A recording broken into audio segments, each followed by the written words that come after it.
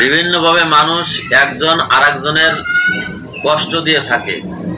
আল্লাহ রসুল মুহাম্মদুর রাসূলুল্লাহ সাল্লাল্লাহু আলাইহি ওয়াসাল্লাম তার পাক জবানে ইরশাদ করেন, সিবাবুল মুসলিমে ফুসুকুন ওয়া কিতালুহু কুফরুন, অর্থাৎ একজন মুসলমানকে গালি দেওয়া ফাসিকি এবং হত্যা করা কুফরি।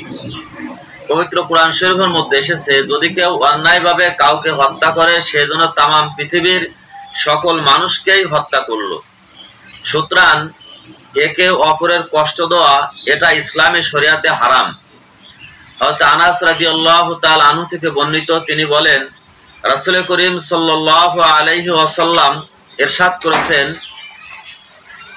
মদিনা শরীফের মানুষগুলো যখন এক স্থান থেকে আরেক স্থানে সফরে যাইতেন তখন তাদের সাহাবায়ে কিরামদের মধ্যে থেকে কেউ কেউ খেদমত করত।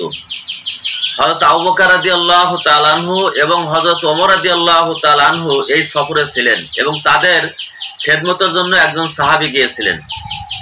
হযরত ওমর রাদিয়াল্লাহু তাআলা আনহু, হযরত আবু বকর রাদিয়াল্লাহু তাআলা আনহু দুইজনে যখন ঘুমায়ে গেলেন আর তাদের খেদমতের জন্য যে গিয়েছিল সেও ঘুমায়ে গেছে, তো হযরত আবু বকর এবং ওমর যখন ঘুম থেকে উঠে দেখলেন যে সে ঘুমায়ে আছে, রান্না করে নাই, তখন সাহাবাদের মধ্যে থেকে একজন বলল, আপনাদের যে খেদমত করবে সে তো দেখি বিশ্বনবীর মতো ঘুমাইছে, বা কটূক্তি করে কথা বললেন।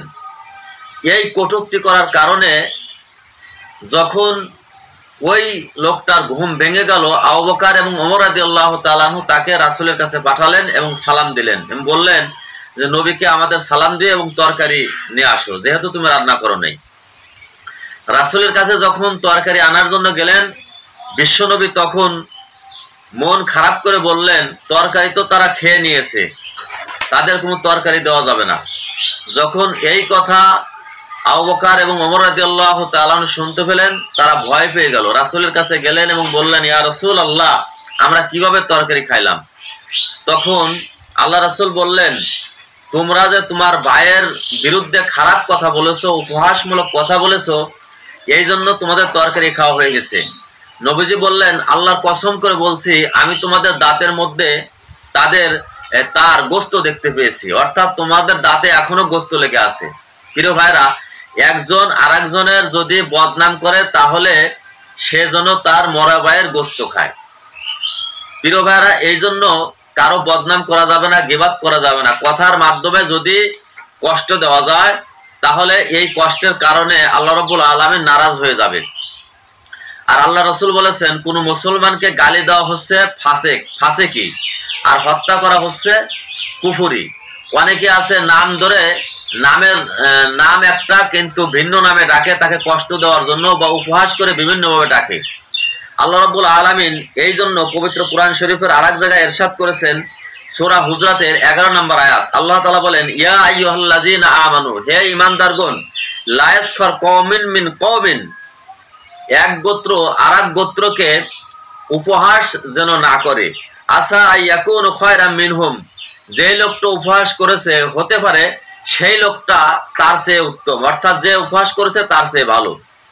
এরপর আল্লাহ বলেন, ওয়ালা নিসাউম মিন নিসাইন, আর একজন মহিলা আরেকজন মহিলাকে উপহাস করবে না, গালমন্দ করবে না, আসা আইয়াকুনা খায়রাম মিনহুন্না, হতে পারে যেই মহিলাকে উপহাস করা হয়েছে সে তার চেয়ে উত্তম। এরপর আল্লাহ বলেন, ওয়ালা তালমিজু আনফুসাকুম, এবং একে অপরের বদনাম করবে না, ওয়ালা তানাবাজু বিল আলকাব, এবং একে অপরের নাম ধরে না খারাপ নামে ডাকবে না, মন্দ নামে ডাকবে না। যেমন মনে করেন যে কাদের মোল্লা, যাকে ফাঁসি দিয়ে হত্যা করেছে শেখ হাসিনা, নাম হচ্ছে কাদের মোল্লা, কিন্তু তার নামের বিকৃতি করে অনেকে বলতো কসাই কাদের মোল্লা। এই যে নামের বিকৃতি করা হয়েছে, আল্লাহ তাআলা এই বিষয়েই বুঝাচ্ছেন যে ওয়ালা তানাবাজু বিল আলকাব, তোমরা একজনের নামকে ব্যঙ্গাত্মক করে অন্য নামে ডেকো না। এরপর আল্লাহ বলতেছেন, বিসাল ইসমুল ফুসুক, নিশ্চয় এরকম মন্দ নামে ডাকা হচ্ছে ফাসিকি।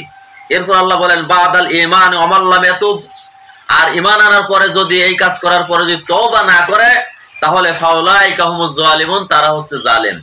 সুতরাং একজনের নাম খারাপ নামে ডেকে কষ্ট দেওয়া এটাও ফাসিকি, এ কাজ করলেও আল্লাহ রাব্বুল আলামিন নারাজ হবে, পবিত্র কোরআন স্পষ্ট নিষেধ আছে। অর্থাৎ কোনোভাবেই একজন মুসলমান আরেকজন মুসলমানকে কষ্ট দেওয়া যাবে না। হাদিস শরীফের মধ্যে এসেছে একজন মুসলমান আরেকজন মুসলমানের ভাই,